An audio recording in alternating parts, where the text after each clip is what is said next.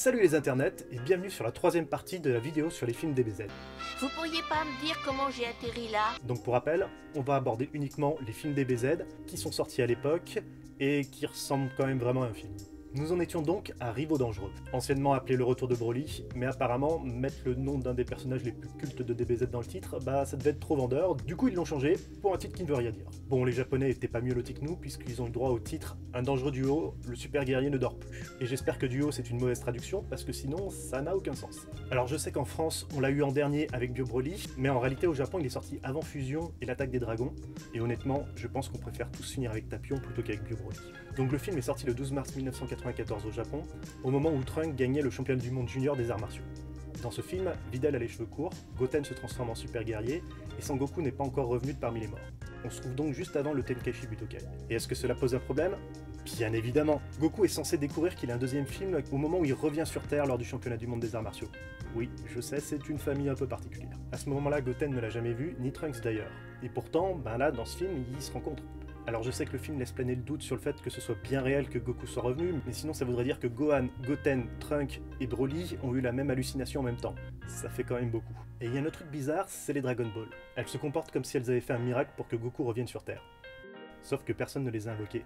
Et pourtant, à la fin, elles se séparent comme si un vœu avait bien été exaucé. Et si ça a vraiment été le cas, dans ce cas-là, dans le manga, il pourrait pas quelques jours plus tard appeler Shenron. Et puis dans tous les cas, ça marche pas comme ça les Dragon Ball. Donc au-delà d'être anachronique, c'est brouillon. Comme ce film d'ailleurs, mais ça pourrait franchement être pire. Et on arrive justement au chapitre le plus douloureux de cette vidéo. Je tiendrai pas longtemps! Car on va pas se mentir, Bio Broly c'est vraiment de loin le pire film de la série. Rien ne va dans Bio Broly, mais heureusement on n'est pas là pour faire une critique de cette chose, qui d'ailleurs ne s'appelle plus Bio Broly mais Attack Super Warrior, ce qui ne veut absolument rien dire, comme ce film où Broly est ressuscité grâce à son ADN. Super original en 1994. Le 9 juillet précisément. À ce moment-là, l'animé en était au combat entre Gohan et Dabra. On se situe après le championnat du monde des arts martiaux, puisque C18 vient récupérer l'argent que Satan lui a promis. C'est une attaque sans précédent. Alors ça peut pas être juste après le championnat, puisqu'au moment où Satan le remporte, Goten et Trunks sont déjà partis rejoindre les autres pour affronter Babidi.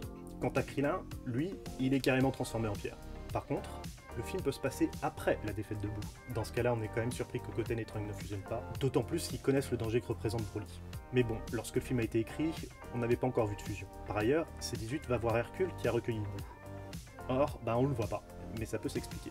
En effet, Boo est obligé de se cacher pendant 6 mois en attendant que Shenron fasse oublier à l'humanité tout ce qu'il a fait. Parce que certaines personnes lui en veulent un peu d'avoir voulu éradiquer l'humanité. Donc si on est pendant ces 6 mois-là, c'est assez logique qu'il se balade pas dans les bureaux d'Hercule. Donc bon, on peut dire que ça fonctionne quand même, jusqu'à la dernière scène. Car même si c'est pas le héros du film, il fallait forcément une apparition de Goku.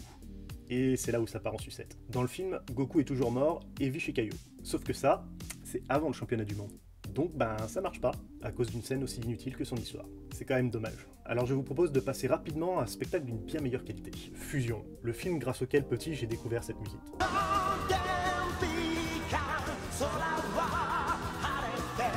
Il est donc sorti le 5 mars 1995, juste avant que dans l'animé, Boo ne recueille le petit chien. Alors où le placer? C'est assez compliqué. On a Gotenks, donc on se trouve forcément après la saga Boo. Sauf que Goku et Vegeta sont morts. Vegeta n'étant mort que pendant une partie de la saga Boo, on peut pas placer ce film pendant qu'il est en enfer. Et pour Goku, on en a déjà parlé dans le film précédent. Et il y a aussi un autre souci. Avant d'affronter un Autrichien démonétiseur de vidéos, qui a été d'ailleurs censuré dans la version française, Goten et Trunks récupèrent les boules de cristal pour invoquer Shenron.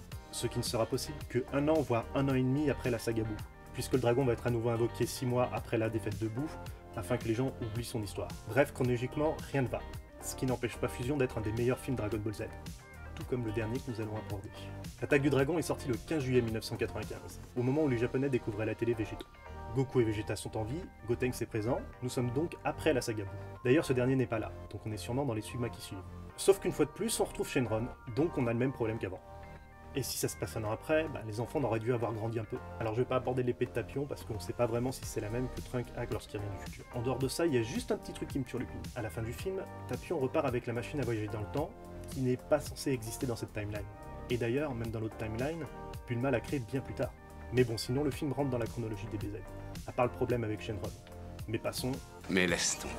Et surtout, ça nous permet de finir avec un des meilleurs films de la saga. Déjà, mais c'est incroyable. C'est beaucoup trop tôt, tu dois te tromper. Maintenant, vous savez pourquoi tous ces films ne peuvent pas être canons, ce qui est parfois triste et parfois salutaire. Et s'il y a d'autres points que j'ai oublié d'aborder, n'hésitez pas de les rajouter en commentaire, comme ça on pourra en discuter. Et merci d'avoir regardé la vidéo jusqu'au bout, enfin pour ceux qui iront jusqu'au bout du générique, et sinon pour les autres, merci de l'avoir regardé au moins jusque là, même si vous allez rater le bonus de fin. N'hésitez pas à dire en commentaire quel est votre film préféré, toute mention Dragon Ball Evolution sera sévèrement punie, et croyez-moi, je saurai vous retrouver. J'ai un énorme service à vous demander. Je vous invite chaleureusement à mettre un pouce bleu d'amour et à vous abonner à la chaîne, afin que le duo algorithme réalise que le monde doit la découvrir. Sur ce, je vous laisse avec un message de sensibilisation à la sécurité routière. ほら、今信号が青になってるでしょ。青の時はあそこを渡ってもいいの。それ以外はダメ。 Bisous virils et à bientôt sur les internets.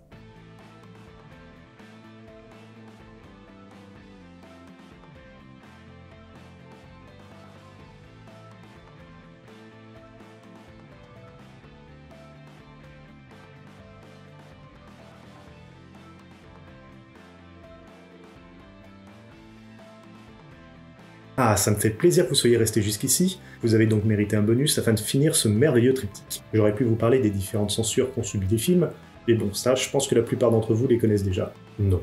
Aujourd'hui, nous allons revenir bien plus loin en arrière. À une époque sans aide, et avec un plagiat du générique de Mon Petit Poney.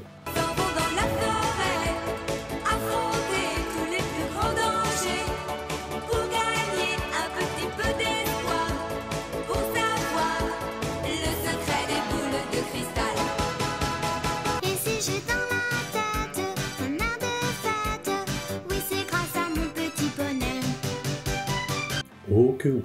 Bref, parlons peu mais parlons bien. Il est temps d'aborder le sujet du troisième film Dragon Ball, l'aventure mystique. Car ce film a eu droit à une sortie française un peu originale. L'histoire commence lorsque Tortue Géniale entraîne Krillin et Goku avant leur premier tournoi des arts martiaux. L'histoire est particulière puisqu'elle reprend plein de personnages de Dragon Ball, mais dans des rôles complètement différents. Le général bleu gentil et le maître des crues est un conseiller de l'empereur qui se nomme Chaozu. Lors de sa première édition en France, le film est sorti sous forme de VHS avec le premier film Dragon Ball.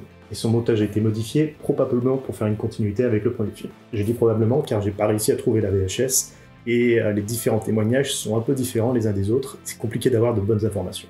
Et si parmi vous quelqu'un a la cassette, je serais ravi de lui emprunter. Donc qu'est-ce qui se passe dans cette première version? En fait, l'introduction du film et le générique de début est coupé, on commence directement avec l'entraînement de Krillin.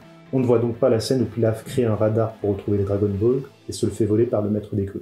C'est possible que ça ait été fait afin de créer un enchaînement avec le film précédent, mais je peux pas vous le garantir. La deuxième coupe est un peu plus problématique. Il s'agit de la fin du film, donc alerte spoiler. À la fin du film, Goku récupère les Dragon Ball, invoque Shenron et ressuscite Bora. Effet original, l'invocation de Shenron se fait lors du générique de fin japonais. Et sauf qu'on est en France, et donc il voulait probablement pas du générique japonais. Donc l'éditeur a coupé le générique, ainsi qu'une partie de la fin du film. Du coup, on se retrouve avec Sangoku qui rassemble les Dragon Ball, et d'un seul coup, paf, Bora se révèle. En gros, ça doit donner ça. Dragon sacré! Viens nous aider, on a besoin de toi!